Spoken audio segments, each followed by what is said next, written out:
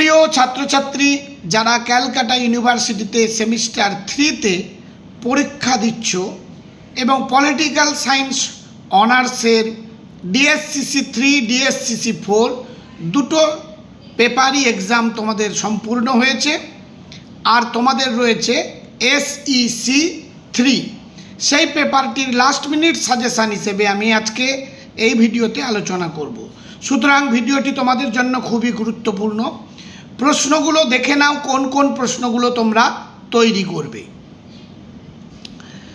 প্রশ্নমান 2 এর জন্য তোমাদের 2 মার্কের 5টি প্রশ্নের উত্তর দিতে হবে এবং মডিউল 1 থেকে 20 মার্কের একটি, মডিউল 2 থেকে 20 মার্কের একটি। এই হলো মোট 50 নম্বরের তোমাদের পরীক্ষা। যারা চ্যানেলে নতুন তারা চ্যানেলটি সাবস্ক্রাইব করে পাশের বেল আইকনটি ক্লিক করে রেখো এবং লাইক শেয়ার করতে ভুলে যেও না। দেখে নাও 2 মার্কের জন্য বাংলা এবং ইংলিশ দুটো ভার্সানেই প্রশ্নপত্র রেডি করা হয়েছে। খুব বাছাই করে প্রশ্নগুলো দিয়েছি।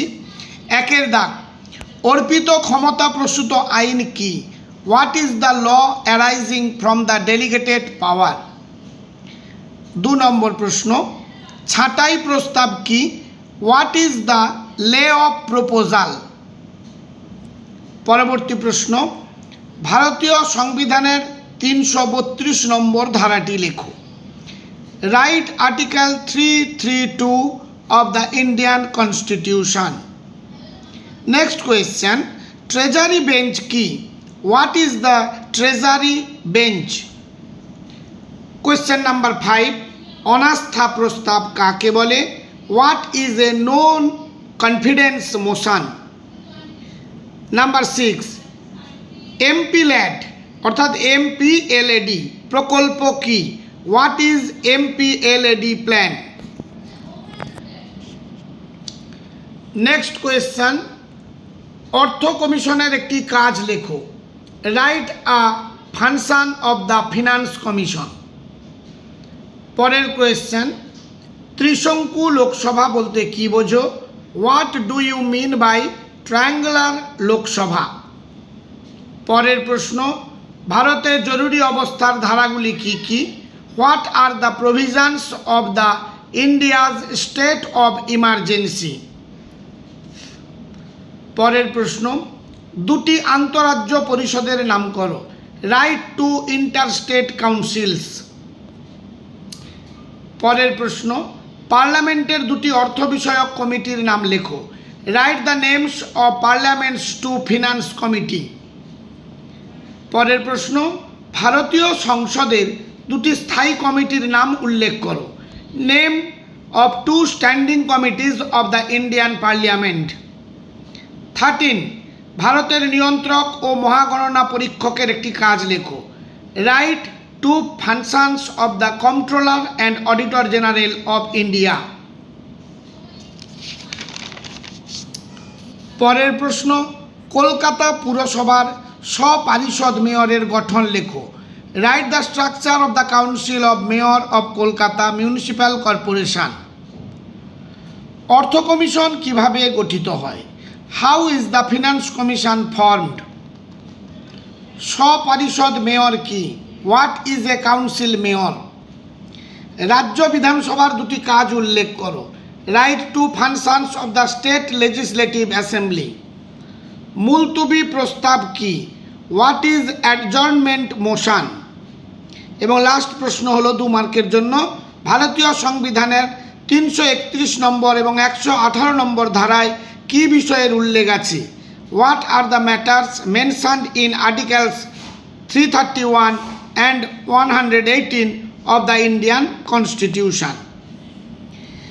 এবারে আলোচনা করব তোমাদের মডিউল 1 থেকে মোস্ট ইম্পর্ট্যান্ট যে প্রশ্নগুলো আছে সেগুলো। মডিউল 1 থেকে প্রথমে বাংলা ভার্সানটা আলোচনা করব, তারপরে ইংলিশ ভার্সান রয়েছে। মডিউল 1 থেকে মাত্র 6টি প্রশ্ন আমি দিয়েছি, তার মধ্যে স্টার চিহ্ন করে দিয়েছি সেগুলো আগে ভালোভাবে তৈরি করবে। ভারতের কেন্দ্রীয় আইনসভার গঠন ও কার্যাবলী আলোচনা করো, মোস্ট ইম্পর্ট্যান্ট কোয়েশ্চেন। 2 দাগের প্রশ্ন, পঞ্চায়েত সমিতির গঠন ও কার্যাবলী আলোচনা করো। 3 নম্বর প্রশ্ন, রাজ্য বিধানসভার স্পিকারের ক্ষমতা ও কার্যাবলী আলোচনা করো। 4 নম্বর প্রশ্ন, জেলা পরিষদের গঠন, কার্যাবলী এবং সভাপতির কার্যাবলী আলোচনা করো। ভারতীয় সংসদদের, যাদেরকে বলা হয় পার্লামেন্টের এমপি অর্থাৎ মেম্বার অফ পার্লামেন্ট, তাদেরকে সংসদ বলা হয়, তাদের বিশেষ অধিকার ও অব্যাহতি আলোচনা করো। মোস্ট ইম্পর্ট্যান্ট প্রশ্ন এইটা, মডিউল 1-এর 1 নম্বর গুরুত্বপূর্ণ প্রশ্ন, এটা তোমরা ভেবে নিতে পারো। এই প্রশ্নটি এবং 4-এর দাগের প্রশ্নটি, অর্থাৎ জেলা পরিষদের গঠন, কার্যাবলী এবং সভাপতির কার্যাবলী, এই দুটি প্রশ্ন অন্তত খুব ভালোভাবে তোমরা তৈরি করে যাবে। এবং আরেকটি প্রশ্ন দেখে নিও, কলকাতা কর্পোরেশনের মেয়র পদের গুরুত্ব আলোচনা করো। এবারে মডিউল 2 থেকে 20 মার্কসের প্রশ্ন পড়বে।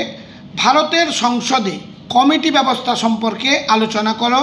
স্টার চিহ্ন দেওয়া ইম্পর্ট্যান্ট প্রশ্ন।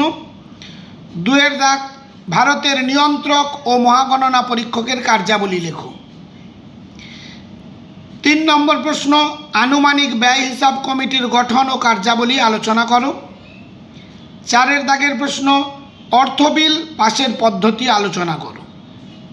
5-এর দাগের প্রশ্ন, সরকারি হিসাব কমিটির গঠন ও কার্যাবলী আলোচনা করো। 6-এর প্রশ্ন, একটি বিল কিভাবে আইনে পরিণত হয়, বিল ও আইনের পার্থক্য লেখো। এবং লাস্ট এই যে প্রশ্নটি রয়েছে, একটি বিল পর্যালোচনায় স্থায়ী কমিটির ভূমিকা লেখো। এই মডিউল 2 থেকেও 4টি প্রশ্ন ইম্পর্ট্যান্ট হিসেবে সাজেশন দেওয়া আছে। তার মধ্যে এখানে এই বিল পর্যালোচনায় স্থায়ী কমিটির ভূমিকা লেখো, ভেরি ভেরি মোস্ট ইম্পর্ট্যান্ট প্রশ্ন।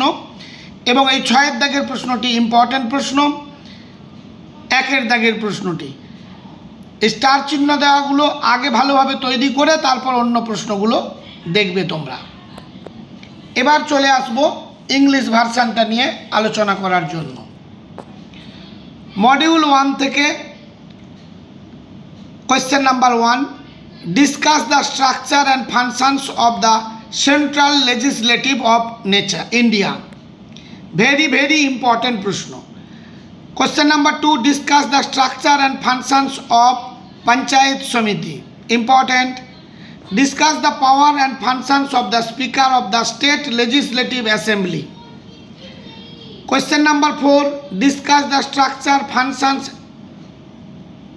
of the Jila Parishad President and functions of the Jila Parishad President. Most important প্রশ্ন। 5-এর দাগের প্রশ্নটি সবচেয়ে বেশি গুরুত্বপূর্ণ, মোস্ট ইম্পর্টেন্ট, মডিউল 1 থেকে। Discuss the privileges and immunities of Indian MPs অর্থাৎ member of parliament. Question number 6, discuss the importance of the post of mayor of Kolkata corporation, mayor পদের গুরুত্ব। এবার মডিউল 2 থেকে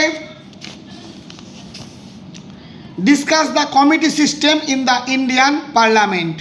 ইম্পর্টেন্ট প্রশ্ন। Discuss the functions of the controller and auditor general of India. Discuss the composition and functions of the estimated expenditure committee. এটিও খুব খুব important প্রশ্ন, 3-এর দাগের প্রশ্নটি, এই এস্টিমেটেড কমিটি। 4-এর দাগ, discuss the procedure for passing a money bill. Question number 5, discuss the structure and functions of the government accounts committee. Question number 6, how does a bill become a law, write the difference between a bill and a law. Discuss the role of a standing committee in reviewing a bill. যেগুলো star চিহ্ন দেওয়া সেগুলো তোমরা আগে তৈরি করবে, তারপর অন্য প্রশ্ন তোমরা দেখবে। তার মানে অ্যাকচুয়ালি মডিউল 2 থেকে তোমাদের 4টি সবচেয়ে বেশি ইম্পর্ট্যান্ট প্রশ্ন দিয়েছি, মডিউল 1 থেকেও 4টি দিয়েছি। আশা করি তোমরা এগুলো তৈরি করে ফেলেছ। আবার ভালোভাবে দেখে নাও, হাতে যেহেতু তোমাদের সময় রয়েছে, যাতে পেন প্রশ্নপত্র পরীক্ষায় পাওয়া মাত্রই